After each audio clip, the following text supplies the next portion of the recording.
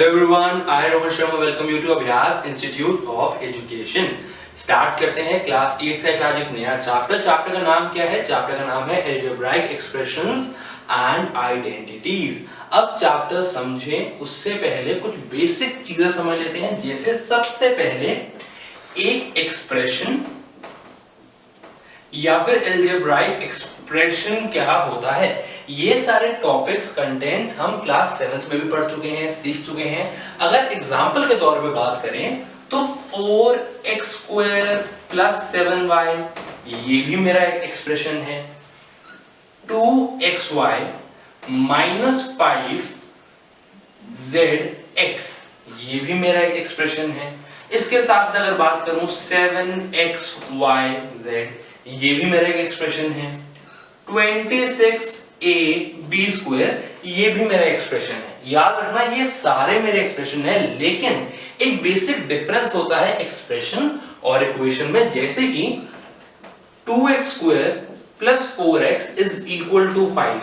कई लोग कहते हैं ये भी एक एक्सप्रेशन है, लेकिन नहीं, ये मेरा एक्सप्रेशन नहीं है, बिकॉज ये एक इक्वेशन है जहां पे मैं इज इक्वल टू के साइन का यूज कर दूं, वो मेरा एक्सप्रेशन से हटके एक इक्वेशन बन जाती है। सो ये मेरा एक एक्सप्रेशन नहीं है, मेरी एक इक्वेशन है। लेकिन यहां पे आपके लिए जितने एग्जांपल्स लिखे हैं वो सारे मेरे एक्सप्रेशन हैं, चाहे इसकी बात करूं, चाहे इसकी, चाहे इन दोनों की, या फिर एक और ले लेते हैं 26xy plus 7x² minus 72yz plus 51abc ये भी मेरा पूरा एक एक्सप्रेशन है। पॉइंट आता है कि मेरा एक्सप्रेशन बना किस किस से होता है।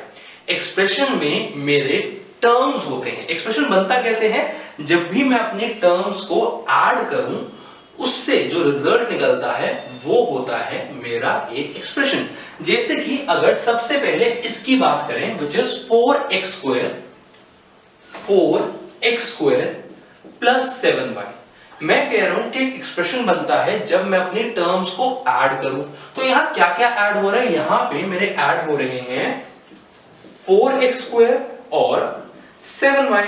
तो इस पूरे एक्सप्रेशन के मेरे कितने टर्म्स निकले? मेरे दो टर्म्स निकल के आए which are 4x² and 7y।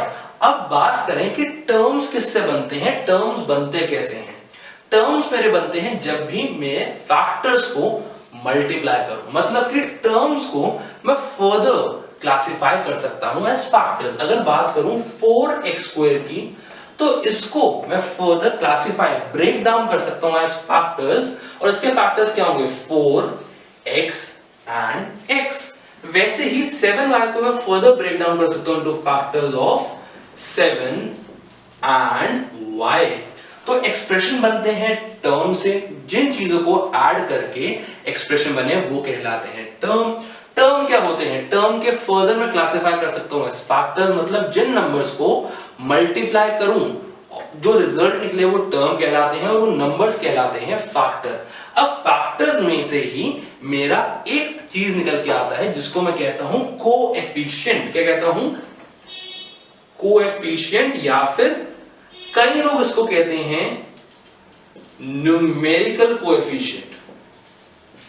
जैसे अगर मैं बात करूं कि मेरे पास यहां दो टर्म्स थे, एक थे 4x² और एक था 7y, तो पॉइंट आता है कि यहां पे दोनों टर्म्स के मेरे कोएफिशिएंट्स अगर निकालने हैं तो 4x² का 4x² कोएफिशिएंट हो गया 4, जबकि 7y का कोएफिशिएंट हो गया 7।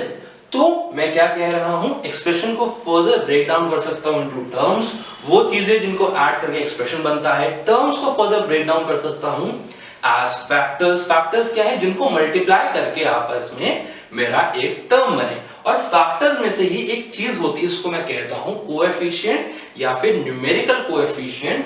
जैसे कि 4x² में 4 था, 7y में 7 था। अगर सिंपल सीधी भाषा में बात करें तो पूरे टर्म में जो न्यूमेरिकल वैल्यू है, पूरे टर्म में जो मेरे पास न्यूमेरिकल वैल्यू है वो मेरी कहलाती है कोएफिशिएंट। अब कई बार बच्चों के दिमाग में डाउट आ सकता है कि सर अगर ये पूरा मेरा एक एक्सप्रेशन था और टर्म्स मैंने क्लासिफाई कर ली, तो भाई 2xy अगली कौन सी है उसको एक बार लिख लेते हैं, 2xy माइनस 5zx, ये मेरी एक एक्सप्रेशन है, ये तो मेरे को क्लियर है।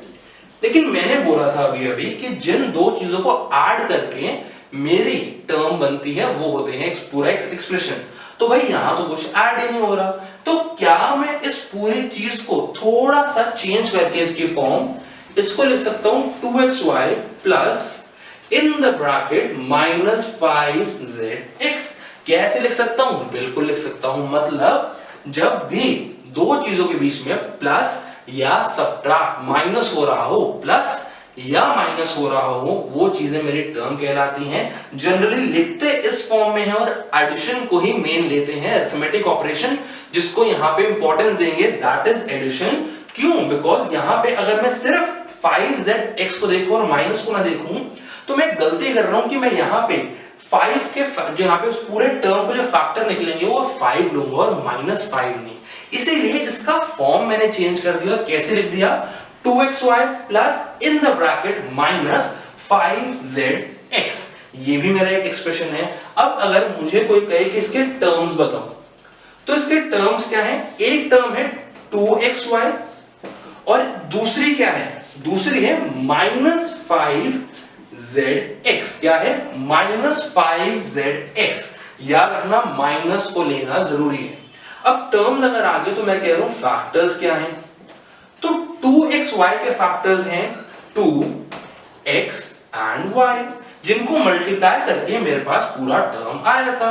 और दूसरी तरफ जो है उसका क्या फैक्टर्स हैं? उसके फैक्टर्स हैं माइनस 5z एंड x। अगर फैक्टर्स आ गए, अब मैं कह रहा हूं कि मेरे को यहां पे बताओ कोएफिशिएंट क्या है।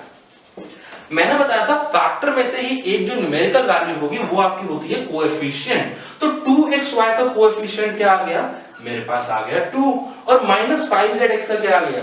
आ गया माइनस 5। आई होप यहां तक क्लियर है। बेसिक्स करेंगे इस वीडियो में ताकि एटलीस्ट चैप्टर की जो ग्रिप है आपकी हो सके स्ट्रॉन्ग। इसके बाद आने वाले वीडियोस में बात करेंगे कुछ ऑपरेशंस की जो हम अलजेब्रिक एक्सप्रेशंस में लगा सकते हैं। आई होप हर चीज हो रही है clear. If yes, hit the like button, let me know in the comment section below. आगे चलते हैं, वीडियो तक एंड तक देखिए ताकि समझ सको हर एक बेसिक चीज। अब अगर इतनी चीज समझ ली तो आगे चलते हैं, बात करते हैं कि लाइक और अनलाइक टर्म्स कौन सी होती है। Like terms and unlike terms, ये क्या चीज है? अब अगर समझ लिया एक्सप्रेशंस क्या हैं, अगर समझ लिया दैट उसके अंदर कोएफिशिएंट क्या होते हैं, टर्म्स क्या होती हैं, तो बात करते हैं लाइक टर्म्स और अनलाइक टर्म्स की। लाइक टर्म्स कौन सी? अगर मेरे पास एक बहुत बड़ा सा एक्सप्रेशन दिया हुआ है, उसमें जिन जिन के कोएफिशिएंट को एक बार इग्नोर कर दें और हम देखें वेरिएबल्स को, तो जिनके वेरिएबल्स इंक्लूडिंग देयर पावर, याद रखना सिर्फ वेरिएबल्स को देखना, वेरिएबल्स की पावर को भी देखना है। जिन जिनके वेरिएबल्स और उनकी पावर है सेम, वो मेरे बनते हैं लाइक टर्म्स। लेकिन अगर कोई ऐसी मेरे टर्म्स हैं जिनकी मेरे कोएफिशिएंट को रिपीट करना है इग्नोर, मेरे को देखना है वेरिएबल्स और उनकी पावर को। जिन जिन टर्म्स के वेरिएबल और उनकी पावर है डिफरेंट, वो मेरे कहलाते हैं अनलाइक टर्म्स। सो टर्म्स हैविंग सेम वेरिएबल्स, और यहां पे ब्रैकेट में लिख रहा हूं वेरिएबल्स की पावर, मतलब कि वेरिएबल्स की पावर भी देखनी है, वो मेरे हो जाते हैं लाइक टर्म्स। अनलाइक कौन से हैं? टर्म्स having different variables, जिनके वेरिएबल्स अलग अलग हैं या फिर वेरिएबल सेम है लेकिन उनकी पावर सेम नहीं है, वो मेरे हो गए अनलाइक टर्म्स। आई होप आपको वेरिएबल्स का मतलब पता है। यहां पे अगर मैं बात करूं इसी फर्स्ट एक्सप्रेशन की 4x² + 7y, तो मैं कह रहा हूं बताओ टर्म्स 4x² और 7y में वेरिएबल्स क्या हैं? वेरिएबल्स वो होते हैं जिनकी वैल्यू फिक्स्ड नहीं होती, जैसे कि हम यहां पे लेते हैं a से लेके z तक, जैसे कि a से लेके जेड तक, मतलब A B C D E F G H I J K से लेके एक्स वाई जेड तक जो मेरे होते हैं वो सारे के सारे कहलाते हैं वेरिएबल। और वेरिएबल कहलाने का रीजन क्या है? रीजन उसके पीछे ये है दैट इनके वैल्यूज फिक्स नहीं है, they don't have a fixed value. एक क्वेश्चन में आपकी x की वैल्यू निकल के आ सकती है 2, वहीं दूसरे क्वेश्चन में x की वैल्यू निकल के आ सकती है -5। तो ये मेरे होते हैं वेरिएबल्स, जबकि कांस्टेंट क्या होते हैं? जिनकी वैल्यू फिक्स्ड है 1 2 3 4 टिल 100 टिल 1000 टिल इंफिनिटी, ये सारे मेरे कांस्टेंट है, इनकी वैल्यू है मेरी कांस्टेंट।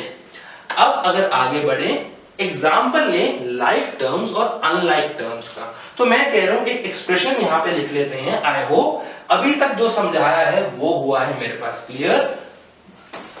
अब मैं कह रहा हूं कि एक एक्सप्रेशन लिखते हैं थोड़ा बड़ा सा, जिसमें थोड़ी ज्यादा टर्म्स हैं। जैसे कि यहां पे क्वेश्चन लिख रहा हूं 5x² 7xy 2x 51x 72xy, then इसके साथ साथ 29x², देन इसके अलावा और क्या लिखें 31xyz, और फिर मैं लिख रहा हूं 17xy। मैं कह रहा हूं कि आपके पास ये एक्सप्रेशन यहां प्लस माइनस कुछ भी यहां लगा दीजिए। मैं कह रहा हूं या फिर मेरे पास ये जो ऑप्शन दिया हुआ है यहां पे लाइक टर्म्स को कंबाइन करो। क्या करो? यहां पे लाइक टर्म्स को कंबाइन करना है।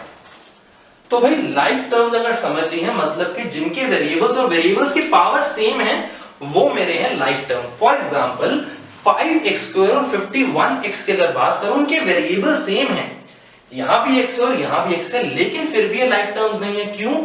यहां पे इसकी पावर है 1 और इसकी पावर है 2, तो ये लाइक नहीं है, ये अनलाइक टर्म्स है। तो कह रहे हैं अगर यहां पे लाइक टर्म्स को करना है कंबाइन, तो कैसे करें? स्टार्टिंग विद दिस मेरे पास है 5x²। अब यहां पे मेरे पास जितने भी ऑप्शंस हैं, क्या किसी और में मेरे पास जो पावर और वेरिएबल है वो x और 2 है, मतलब x वेरिएबल उसकी पावर हो 2? क्या ऐसा है? बिल्कुल है। क्या है? वो है 29x²। तो यहां आ गया 5x² एंड 29x², ये मेरे हो गए लाइक टर्म्स, ये आ गए एक तरफ। आगे बढ़ते हैं, अगला क्या है मेरे पास यहाँ पे वेरिएबल है xy। सो 7xy, याद रखो, आई एम रिपीटिंग, कोएफिशिएंट कोई भी हो हमें उससे मतलब नहीं है, हमें मतलब है कि वेरिएबल्स और उनकी पावर क्या है। 7xy, तो क्या यहां पे कोई और है xy वाला? ये रहा 72xy, इसके अलावा 17xy। तो ये मेरे हो गए एक और ग्रुप ऑफ लाइक टर्म्स। अब आगे आता है x, तो मेरे पास आया 2x, फर्दर 51x। क्या और कोई x वाला है? नहीं, तो ये भी हो गए, मतलब ये हो गया, ये हो गया, ये सारे टर्म्स मेरे हो गए। कौन सा बचा? सिर्फ एक बचा, 31xyz। 31xyz, तो यहां पे मैंने कर दिया अपने लाइक टर्म्स को कंबाइन। अब एक और चीज याद रखो जिससे आपको थोड़ी सी कंफ्यूजन हो सकती है।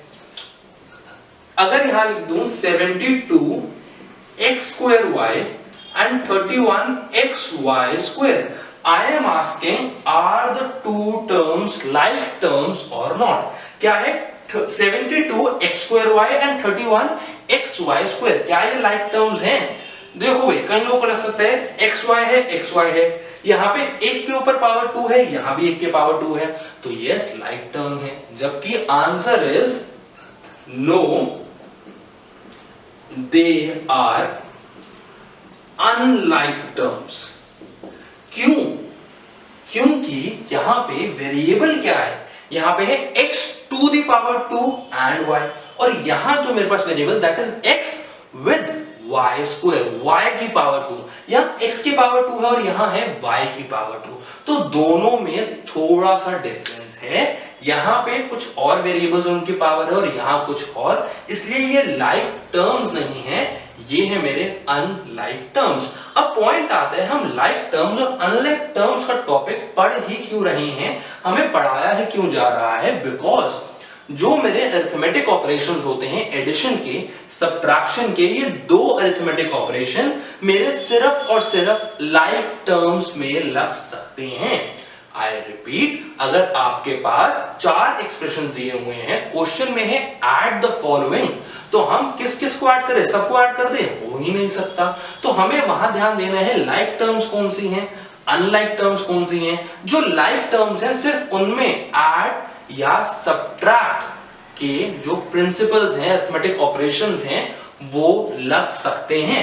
इसका एग्जाम्पल भी देखेंगे अभी आगे जाके, कुछ क्वेश्चन देखेंगे फर्स्ट एक्सरसाइज में, वहां ये सब चीजें आराम से देखेंगे। अब मैं कह रहा हूं कि ये मैंने यहां लिखे थे लाइक टर्म्स। एक काम करते हैं, छोटा सा चेंजेस कर देते हैं, यहां पे कुछ कुछ चीजों को चेंज कर रहा हूं।